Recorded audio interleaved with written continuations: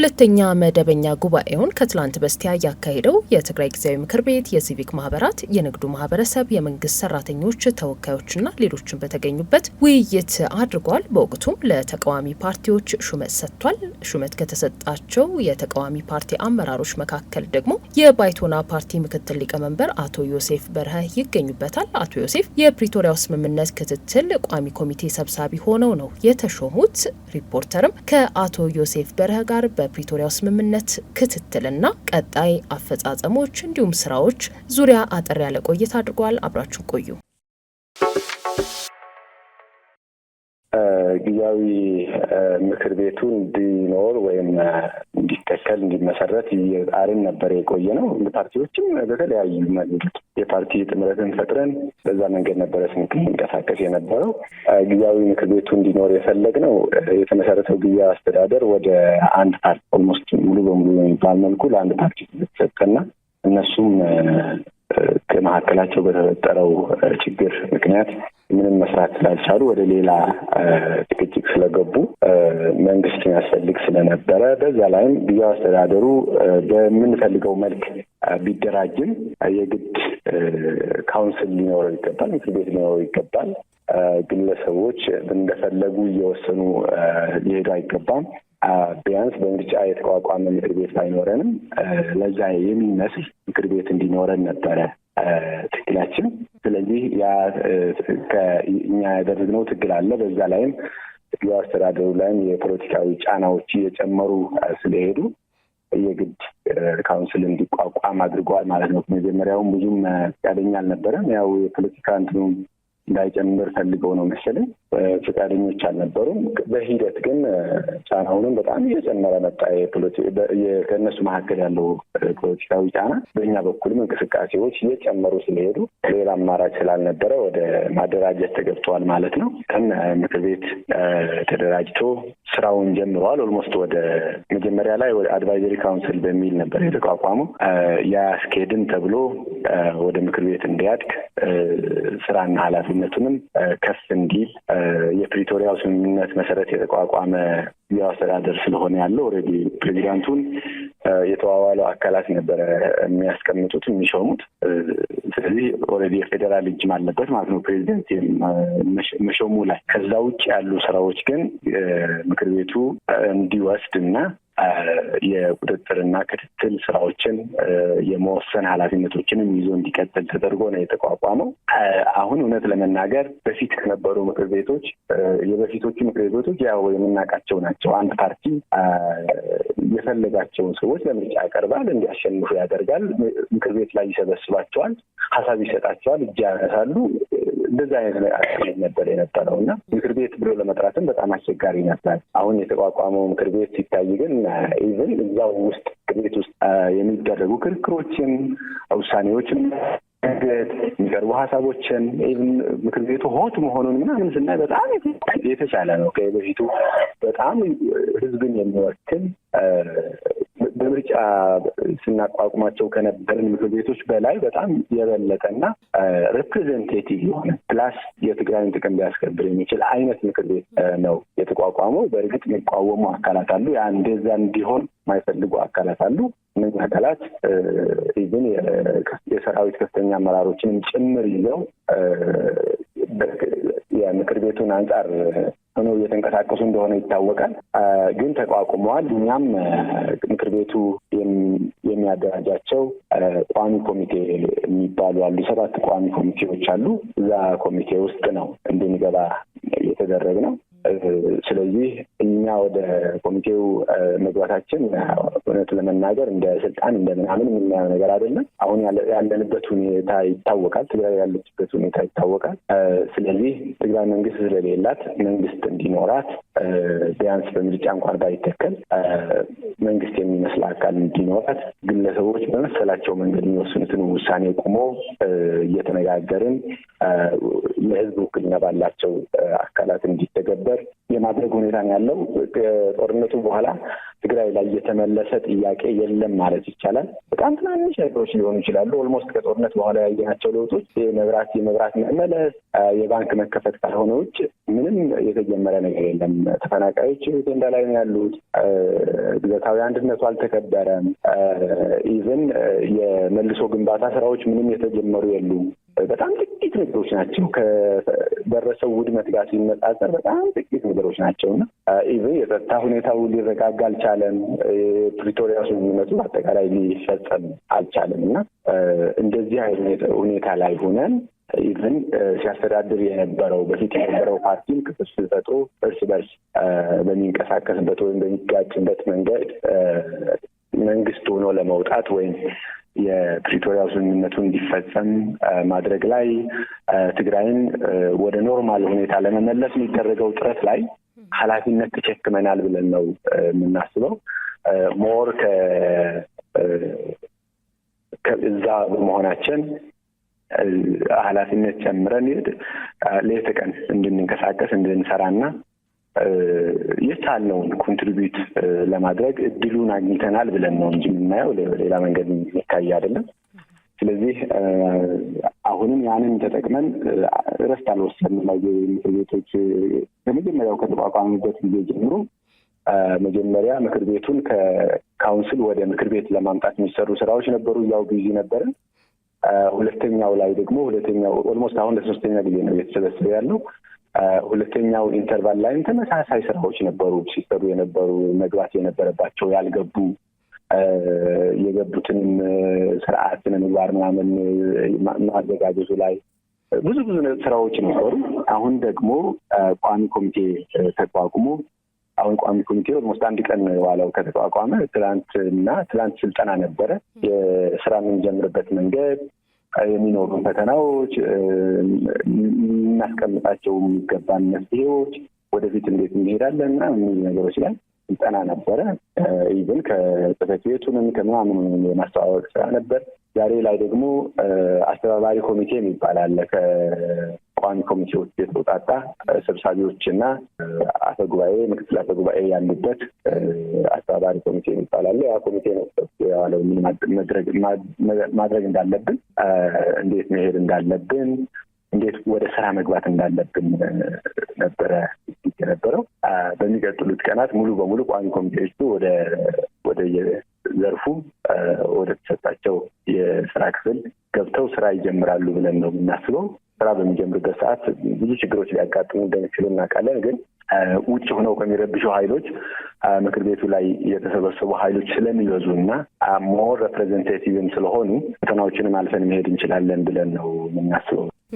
ምናልባት እዚህ ጋር ትንሽ ቅርቃር ውስጥ ሊከታችሁ ይችላል ብዬ የማስበው በሁለቱ በጊዜያዊ አስተዳደሩና በህወሓት መካከል ያለው ውዝግብ ነው። በተለይ ደግሞ ልዩነታቸውን ያሰፋው የዚህ የፕሪቶሪያው ስምምነት አፈጻጸም ጉዳይ ነው እና በምን መልኩ ነው ሀንድል ልታደርጉት ያሰባችሁት? የእነሱ ውዝግብ እንዳለ ሆኖ ህዝብን ማዕከል ባደረገ መንገድ ስምምነቱ ተፈጻሚ የሚሆንበት አግባብ ላይ ምን ቫልዩ አድ ለማድረግ አስባችኋል? አሁን ልዩነቱ ወይም ውዝግቡ ያለው በህወሓትና ጊዜያዊ አስተዳደር መካከል አለ። ልዩነቱ ያለው ህወሓት ውስጥ ነው። ህወሓት ፓርቲ ውስጥ ነው። ፓርቲው ውስጥ ውዝግብ ፈጥረዋል፣ ልዩነቶችንም ፈጥረዋል። ልዩነቶችንም የሚጠገሙ አይመስሉም። ግን አሁን የፓርቲው ውስጥ ክፍል ከፈጠሩ አካላት ጊዜያዊ አስተዳደሩ ውስጥ ያሉ አሉ። ባይዘ ሁለቱም አሉ። ጊዜያዊ አስተዳደሩ ውስጥ ሁለቱም ቡድኖች ላይ ያሉ ሰዎች ሁለቱንም አሉ። ሜይቢ ፕሬዚዳንቱ ከአንደኛው ግሩፕ በመሆኑ ካልሆነ ውጭ ሁሉም አሉ ብለን ነው እኛ የምናስበው። ስላሉም ማለት ነው ቢሮዎች እየመሩ ያሉት እኮ ከዛኛው ግሩፕም ከዛኛውም አሉ። ስለዚህ ከጊዜያዊ አስተዳደርና ከህወሓት መካከል ሳይሆን ህወሓት ውስጥ ነው። ጊዜያዊ አስተዳደሩ ላይ ፓርቲ እኮ እንደ ፓርቲ ሁለት ቢሮዎች እየመራ አለ። ብዙ ግቡ ውስጥ የለም፣ ሌሎችም አሉ። ስለዚህ ጊዜያዊ አስተዳደሩ የሁሉም አካላት ወይም ሙሉ በሙሉ እንኳን የትግራይ ባንለውም አሁን የሁለቱም ቡድኖችም ነው። እኛ እንደ ፓርቲም አለን፣ ሰራዊት አለ፣ ጂኤስቲኤስ አለ፣ ምናምኖች አሉ። ስለዚህ ልዩነቱ ውዝግቡ የቡድኑ መሆኑን ነው መግለጽ ፈልገው። ግን ጫና የለውም ወይም እንቅፋት አይፈጥርም ማለት አይደለም። እኛ አሁን እንደ ምክር ቤት ስንቋቋም ከሁለቱንም ሳይድ ውጭ ሆነን እንደ አንድ መንግስታዊ አካል ነው፣ የፓርቲ አካል ሳይሆን እንደ መንግስት አካል ነው ተቋቁመን ያለ ነው። ስለዚህ ያንን ማስረዳት ኢቭን የአንድ አካል አድርጎ የሚያየን ካለ ያን የማስረዳት ስራ ነው ወይ ማዋራ ስራ ነው ልንሰራ የምንችለው። ዞሮ ግን መሬት ላይ ያለው ለብዙ ዓመታት ሲገዛ የነበረና ኔትወርክ የዘረጋ ቡድን ስለሆነ ቀላል አይሆንም። ኢቭን የፕሪቶሪያ ስምምነት አፈጻጸም ላይ የፕሪቶሪያ ስምምነቱን ትተው የፓርቲ ጉዳዮች ላይ ብቻ ነበረ ትኩረት አድርገው ሲሰሩ የነበሩት ሁለቱንም ማለት ነው። አንዱን ማለት አይቻልም። በእርግጥ አንዱ የባሰ አንዱ የተሻለ ሊሆን ይችላል። ግን ሁለቱንም ስልጣናቸውን ኮንሶሊዴት ማድረጉ ላይ ከዛ ቀጥለው ደግሞ የፓርቲያቸውን እውቅና ማግኘቱ ላይ ነው ሁሉንም ጊዜ አጀንዳ የሚያደርጉት። ወደ ፌዴራል ሲሄዱም ጥያቄ የሚያቀርቡት ስለዚህ ነው። ስለ ተፈናቃዮች፣ ስለ ግዛታዊ አንድነቱ፣ ስለ ዳግመ ግንባታው ምናምኑ ምንም የሚጠይቁትን የለም ማለት ነው። ወይም ከጠየቁም ግን ብለው ለእግረ መንገዳቸው ካልሆነ ዋና አጀንዳቸውን ያደረጉት ስልጣናቸው ላይ እና የፓርቲ እውቅናቸው ላይ ነው ሲሰሩ የነበሩት። አሁን ምክር ቤቱ በመምጣቱ ምን አዲስ ነገር ሊመጣ ይችላል የሚለው አጋጣሚ ሆኖ የያዝኩት እኔ ነኝ። የፕሪቶሪያ የሰላም ስምምነት አፈጻጸምን የሚከታተል ኮሚቴ አሁን ምንድን ነው የምናደርገው የሚለው ላይ አንድ የፕሪቶሪያ ስምምነት አፈጻጸም ሲገመገም ይሁን ሌላ ጊዜ ከፌደራል መንግስት ጋር የሚደረጉ ስለ ስምምነቱ የሚደረጉ ግንኙነቶች እንዴት ነው እየተደረጉ ያሉት? ማን ነው እያደረጋቸው ያለው? ምን አይነት ጥያቄዎች ናቸው የሚጠየቁት? ሲካሄዱ እንቅፋት እየሆነ ያለው ማን ነው? ምንስ መደረግ አለበት የሚለውን በግልጽ ቋሚ ኮሚቴው መጀመሪያም መረዳት አለበት። ከዛ በኋላ ያለውን ግኝት ለምክር ቤቱ ነው የሚያቀርበው። ግን ምክር ቤቱ ችግር እየፈጠረ ያለውን አካል ለይቶ ችግሮቹ ችግሩ እንዲቀረፍ የማድረግ ኃላፊነት ይኖረዋል ማለት ነው። ስለዚህ ቋሚ ኮሚቴው ያንን የማጥናት እና ወደ ምክር ቤት የማቅረብ ስራው ይሰራል። ፕላስ ህዝቡም ውሉን እንዲረዳው አላደረጉ በየፈለጉት መንገድ ነበረ ለህዝቡ ሲነግሩት የነበረው። ሜይቢ አንድ ፓርቲ ከጠፋ ስምምነቱንም አብሮ እንደሚጠፋ ፕሪቶሪያ ላይ ስምምነቱ ሲፈረም በህወሓት ስም ስለሆነ የተፈረመው ህወሓት ብቻ እንደሆነ የማስፈጸም ኃላፊነት ያለው ጊዜያዊ አስተዳደሩ ምንም ሮል እንደሌለው ምናምን አይነት በፈለጉ መልክ ስለሆነ ስምምነቱን ሲያቀርቡ የነበሩት። አሁን ቋሚ ኮሚቴው ስምምነቱ ምንድን ነው፣ እንዴት ነው መሄድ ያለበት፣ ስምምነቱ ምንድን ነው የሚለው፣ ማነው አስፈጻሚው አካል፣ ፓርቲው በስሙ የተፈረመ አካል ባይጠፋ ከስምምነቱ ጋር ያለው ግንኙነት ምንድን ነው የሚሉ ነገሮችን ለህዝብ በደንብ የማስረዳት ከዛ ደግሞ አፈጻጸሙ ላይ ያሉ እንቅፋቶች በፌደራል መንግስትን በጊዜያዊ አስተዳደር ወይም ፕሬዚደንቱ በኩል ያለው የህወሓት ፓርቲ ሊሆን ይችላል፣ ወይም በጽህፈት ቤቱ ያለው የደብረጽዮን ቡድን ሊሆን ይችላል፣ ጊዜያዊ አስተዳደሩ እንደ ጊዜያዊ አስተዳደር ሊሆን ይችላል። ሌሎቹ ከውስጥም ያሉ ኮሚቴዎች ምን እየሰሩ እንደሆነ በምን መልክ በምን አይነት ወይም በየትኛው ቪው እያዩት እንደሆነ በግልጽ አጥንተን ለምክር ቤቱ የውሳኔ ሀሳብ በማቅረብ የማስወሰን እና ለህዝቡ ግልጽ አድርጎ የመታገል ስራዎችን እንሰራለን ብሎ የማስበው። አሁን እስካሁን በድብቆች ሲሄዱ የነበሩ ነገሮች እንደዛ አይቀጥሉም። ህዝብ ያውቃቸዋል። ፕላስ ምክር ቤቱ ውሳኔዎችን የሚያሳርፍባቸው ስለሆነ የተሻለ ነገር ይኖራል ብዬ ነው የማስበው። ከዚሁ ጋር በተያያዘ አንዱ የሚነሳው ነገር በዶክተር ደብረጽዮን የሚመራው የህወሓት ክንፍ ተቃዋሚ ፓርቲዎችን ብዙም አያስጠጋም፣ ጭምት ነው በሚል ይወቀሳል እና አሁን የስምምነቱን አፈጻጸም ክትትል የቋሚ ኮሚቴ ከዚህኛው የህወሓት ክንፍ ጋር በኢንጌጅ አድርጎ የሚሰራበት አግባብ ይኖራል? እንዴት ነው ለመስራት ያሰባችሁት? አዎ ማለት ፓርቲው በተፈጥሮው እንደዛ ነው። ተቃዋሚ ፓርቲዎችን ለማስጠጋት አይደለም ለማየት አይፈልግም ነበረ፣ ሊኖሩም አይፈቅድም ነበረ። በተለያየ መንገድ ፓርቲዎችን እያጠፋ ነው የመጣው። አሁን ያ አብቅቷል ብለን ነው የምናስበው። ኦልሬዲ ከህወሓት ተቃዋሚ ፓርቲዎች ይበዛሉ፣ ፕላስ ይጠነክራሉ ብለን ነው የምናስበው። ተቀባይነትም አላቸው። ስለዚህ አሁን በዛ መልክ ቀጥለው የሚያመጡት ነገር የለም። ግን አሁን ከተቃዋሚ ፓርቲዎች ያ የፕሪቶሪያው ስምምነት የማስፈጸም ኃላፊነት ያለበት ቋሚ ኮሚቴን በመያዙ እነሱ እንቅፋት አይሆኑም ወይ የሚለው እኛ አሁን እንደ ኮሚቴ ከማንም ጋር ነው የምንሰራው። አሁን አስተዳደሩ አለ።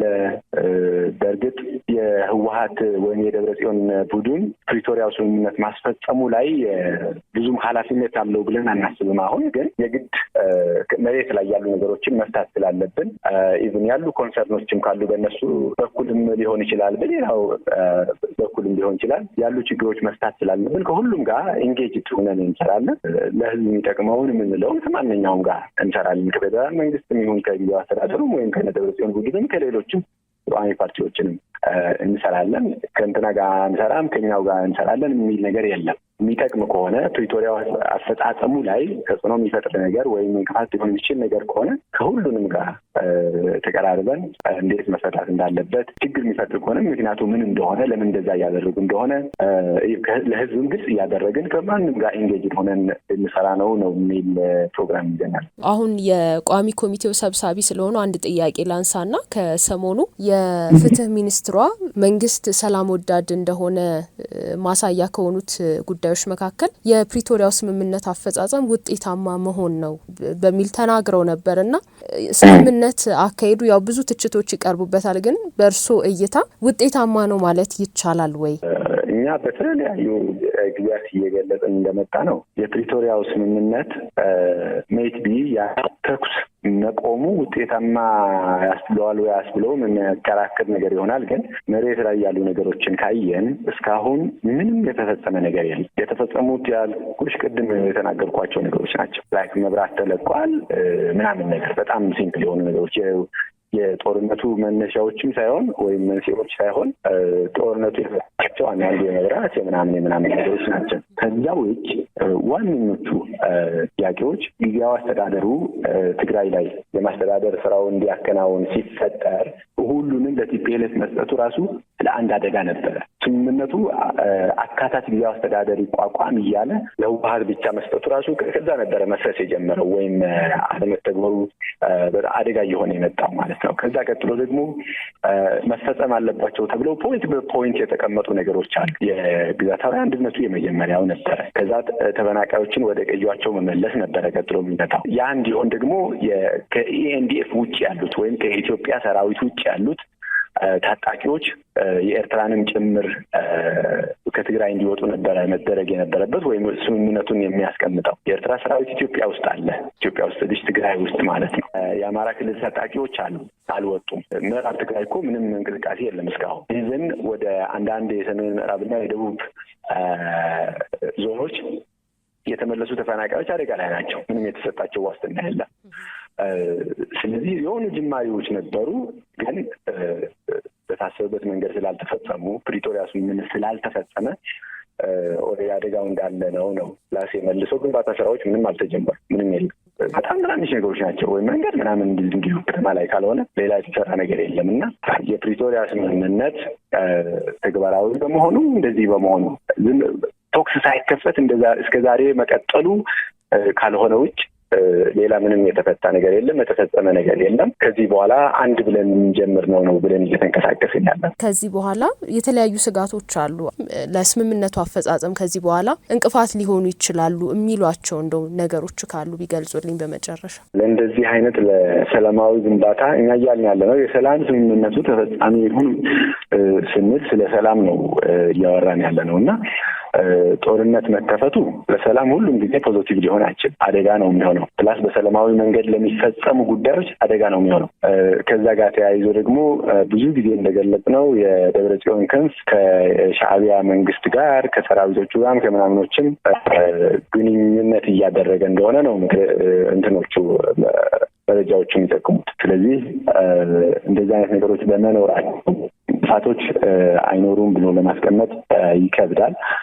ነገር ግን አሁን ትግራይን እያስተዳደረ ያለው የደብረጽዮን ቡድን ሳይሆን ጊዜያዊ አስተዳደሩ ነው። ጊዜያዊ አስተዳደሩ ትግራይን ከጦርነት ነጻ አድርጎ የመልሶ ግንባታ ስራ ላይ ወይም የተፈጻሚነቱ ላይ አትኩሮ የሚሰራ ከሆነ ከፌዴራል መንግስት ነው እየሰራ ያለው። ከፌዴራል መንግስት የሚደረጉ ግንኙነቶችን አጥብቆ ይዞ የራሱን ጉዳይ ነው ማድረግ ያለበት ብዬ ነው የማስበው። በእርግጥ ጦርነት ከተከፈተ አደጋ መፈጠሩ አይቀርም። ጦርነት ከተከፈተ በኋላ የት ነው የሚደረገው ጦርነቱ፣ የት ነው የሚያልቀው ስለማይታወቅ ችግሮች ይኖራሉ፣ አደጋ ይኖራል። ከኤርትራ መንግስት ጋር የሚደረገው ጦርነት ወይም ሊኖር የሚችል ሁኔታ የትግራይን ችግር ታሳቢ አድርጎ የሚደረግ ነው የሚል እምነት የለኝም። የራሳቸው መነሻ ይኖራቸዋል። ግን ጦርነት ቢፈጠርም ባይፈጠርም እኛ የትግራይ የሰላም ስምምነቱ የፕሪቶሪያው ሰላም ስምምነቱ መፈጸም አለበት፣ ተግባራዊ መደረግ አለበት የሚለውን ነው የምንይዘው። ግን ደግሞ ያን ተጽዕኖ ይኖረዋል። እያየን ያለ ነው እንደዚህ አይነት እንቅስቃሴዎች ስለሆኑ ስሙዝሊ እንዳይሄድ ሊያደርግ ይችላል የሚል ነው።